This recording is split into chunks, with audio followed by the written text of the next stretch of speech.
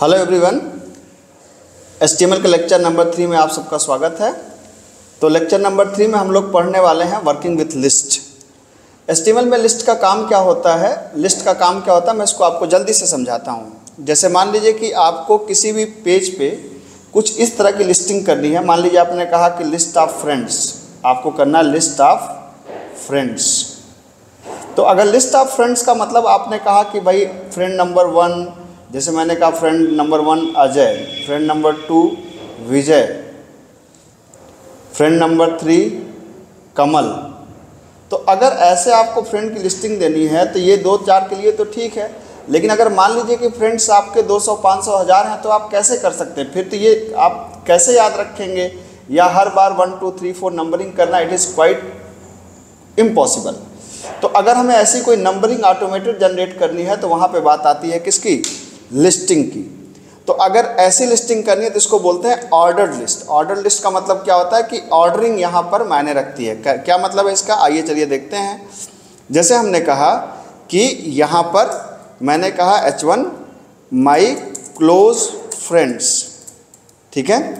अब my close friends में मैंने क्या किया? मैंने कहा कि OL सबसे पहले लिख के लिखते हैं ऑर्डर लिस्ट।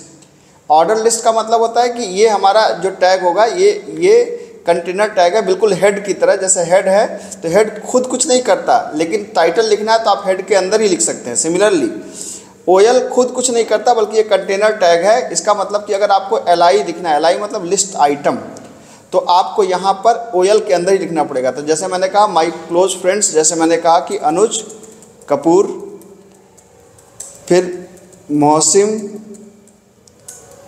खान, फिर मैंने कहा गोविंद मिश्रा और योगेश गुप्ता। मान लीजिए मैंने कुछ नाम लिख दिए, ठीक है। तो ये OL मतलब ऑर्डरिंग मैं जनरेट कर रहा हूँ, ऑर्डर लिस्ट। और ऑर्डर लिस्ट के अंदर 1, 2, 3 के लिए ये होंगे list items 1, list item 1, list item 2, 3 and 4। अब आप देख सकते हैं जब इस प्रोग्राम को आप रन कराएंगे तो you can check the output, ठीक है। आप इसका अगर आउटपुट देखें तो माई क्लोज फ्रेंड्स 1, 2, 3, 4, देखिए नंबरिंग अपने आप आ गई। जैसे ही मैं इसमें 5th नंबर को ऐड करूँगा, ठीक है, जैसे हमने कहा अमन कुमार, ठीक है। तो जैसे ही अमन कुमार मैंने ऐड किया, अब आप देखेंगे कि अपने आप नंबर 5 हो जाएगा, हमें कुछ करना नहीं पड़ेगा। तो ये बाय डिफ़ॉल्ट नंबरिंग होती है 1, 2, 3, 4, 5। अगर इस नंबरिंग को आपको चेंज करना है तो उस केस में इसका एक एट्रीब्यूट होता है, इसको बोलते हैं टाइप एट्रीब्यूट। तो आप टाइप पे जाइए और टाइप इक्वल टू अगर 1, 2, 3, 4 ही चाहिए तो बाय डिफ़ॉल्ट तो 1 होता ही है। अगर मान लीजिए ABCD चाहिए तो कैपिटल A चाहिए तो कैपिटल A कर दीजिए आप। ये देखिए कैपिटल A हो गया आपका। अगर आपको स्मॉल ABCD चाहिए तो आप स्मॉल A कर दीजिए, ये देखिए यहाँ पे स्मॉल ABCD हो गया। अगर आपको रोमन वाला 1, 2, 3 चाहिए बड़ा वाला, तो आप यहाँ पे कैपिटल I कर दीजिए, रोमन वाला 1, 2, 3 आ जाएगा। अगर रोमन का स्मॉल 1, 2, 3 चाहिए तो आप ये कर दीजिए, ये देखिए आ गया आपका स्मॉल, ठीक है। तो ये हो गई आपकी, that is known as order list. इसको बोलते हैं हम लोग ऑर्डर लिस्ट। लेकिन अब मान लीजिए कि कल को कोई चीज़ ऐसी दिखानी हो जिसमें ऑर्डरिंग की ज़रूरत नहीं हो, ठीक है। जैसे मैंने कहा कि आई लाइक मोस्ट, ठीक है। तो अब मान लीजिए कि फ्रेंड्स में हम गिनती दिखाना चाहते हैं, लेकिन आई लाइक मोस्ट में मैं गिनती नहीं दिखाना चाहता। मैं चाहता हूँ कि जैसे सिर्फ लिखा रहे क्रिकेट, क्रिकेट के आगे ये ऐसे डॉट बना रहे। मैं चाहता हूँ कि यहाँ पे लिखा रहे मूवीज़ और मूवीज़ के आगे डॉट बना रहे। तो ये जो यहाँ पे ऑर्डरिंग नहीं है, तो इस तरह की जो लिस्ट बनती है that is known as unordered list, ठीक है। तो अनऑर्डर्ड लिस्ट का मतलब क्या होता है? अनऑर्डर्ड लिस्ट के लिए आपके पास क्या होता है? UL नाम का टैग होता है, और UL टैग के अंदर भी आप क्या करते हैं? LI को रखते हैं। और जैसे ये टाइप लिखा हुआ है तो किसके लिए? नंबरिंग के लिए था, और अनऑर्डर्ड के लिए स्क्वायर और सर्किल है। कैसे लगेगा मैं भी आपको दिखाता हूँ, आइए एग्जाम्पल से समझते हैं।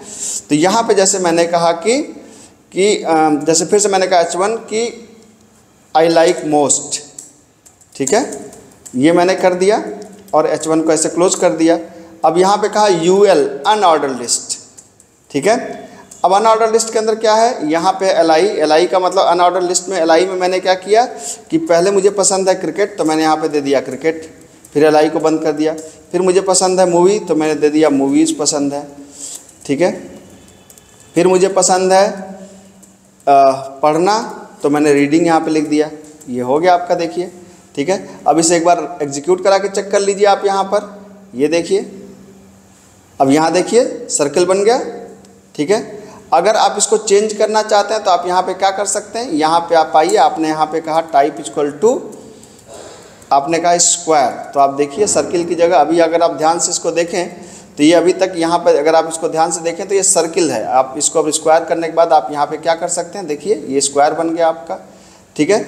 वैसे ही एक डिस्क होता है, डिस्क कर देंगे तो यहाँ पर ये हॉलो सर्किल बन जाएगा, ठीक है। ये आप चाहें तो इसको डिस्क करके देख सकते हैं, जैसे आपने इसको किया डिस्क, ठीक है। DISK नहीं होता, आई थिंक C होता है, एक बार चेक कर लेते हैं। यस, ठीक है। तो जो बाय डिफ़ॉल्ट है दैट इज़ डिस्क है। अब देखिए यहाँ पर ये तो हो गई दो चीज़ें, ये हो गई आपकी ऑर्डर लिस्ट, अनऑर्डर लिस्ट। अब आपके पास ये तीन है डेफिनेशन लिस्ट। तो डेफिनेशन में तीन चीज़ इस्तेमाल होती है, definition list, definition term, definition. अब ये किस काम में आती है, पहले इस बात को ज़रा एक मिनट समझ लिया जाए हम लोग, ठीक है। तो इसको अगर आप समझना चाहें तो बड़े आराम से आप इसको समझ सकते हैं। कैसे, ये मैंने इसको डिलीट कर दिया। जैसे मान लीजिए कि मैं लिखना चाहता हूँ, मैं कुछ हेडिंग करना चाहता हूँ, जैसे मैं HTML के बारे में कुछ लिखना चाहता हूँ, ठीक है। तो मैं चाहता हूँ कि HTML के बारे में यहाँ पे कुछ लिख के आए, लेकिन थोड़ा ऐसा लिख के आए कि लगे कि ये हेडिंग की तरह है, कुछ इस तरीके से। फिर मैं DHTML के बारे में कुछ लिखना चाहता हूँ और मैं ऐसा लिखना चाहता हूँ कि ये लगे कि इस तरीके से एक हेडिंग की तरह से आ रहा है। तो अगर इस तरीके का कोई आर्किटेक्चर आपको बनाना है तो वहाँ पे इस्तेमाल होता है क्या, डेफिनेशन लिस्ट। अब डेफिनेशन लिस्ट में अरेंज कैसे होता है, ये आपका है, जैसे अगर ये टैग है आपका ऑर्डर लिस्ट, ये कुछ नहीं करता, सॉरी डेफिनेशन लिस्ट। तो डेफिनेशन लिस्ट खुद कुछ नहीं करता, अपने अंदर रखता है डेफिनेशन टर्म को, ठीक है।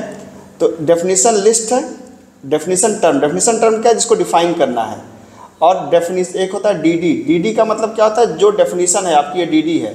तो यहाँ पे डेफिनेशन की चीज़ें लिखिए, फिर आपको DD को क्लोज करना पड़ेगा, और जब DD का काम खत्म हो जाएगा तो फिर आपको DT को क्लोज करना पड़ेगा, फिर फाइनली आपको DL को क्लोज करना पड़ेगा। जैसे आइए एग्जाम्पल के तौर पे हम लोग इसको देख लेते हैं। तो मैं इसी में हूँ, अगर आप इजाज़त दें तो मैं इसको डिलीट कर दूं, क्योंकि इसका काम हो चुका है, ये आप समझ चुके हैं। मैंने यहाँ पे एक हेडिंग दिया कि इम्पॉर्टेंट डेफिनेशंस, और ये H1 को आपने यहाँ बंद कर दिया, यहाँ 4 लगा दिया। अब मैंने कहा डेफिनेशन लिस्ट में बनाना चाह रहा हूँ। डेफिनेशन टर्म किसको डिफ़ाइन करना है, मैंने कहा HTML को। क्या डिफ़ाइन करना है, DD। तो मैंने कहा HTML स्टैंड्स फॉर क्या, hypertext markup language. It is one of the simple and easy language.